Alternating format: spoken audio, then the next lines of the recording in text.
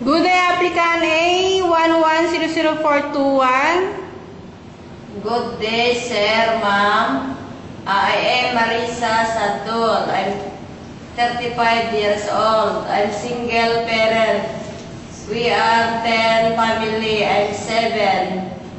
I'm vocational high school, Santiago City. I'm Catholic. Do you have any working experience as domestic helper here in the Philippines or in abroad?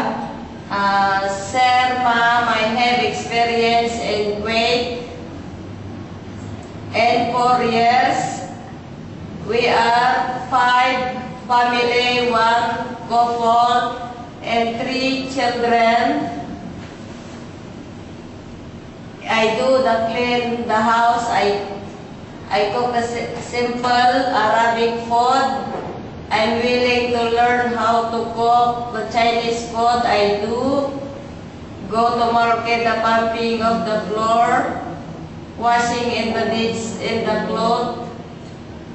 For the children, my duties and responsibilities are the giving food, preparing their school in the uniform, send the kids to the school, help them, there are the assignment, and sometimes bring the fun.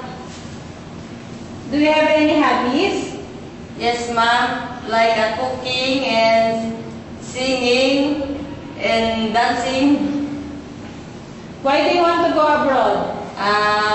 I want to go to abroad to earn my children for studies. Do you have any message for your future employer? Yes, ma'am, sir. I have finished 2 years contract. I promise to see you soon, ma'am, sir. Okay. Thank you and good luck.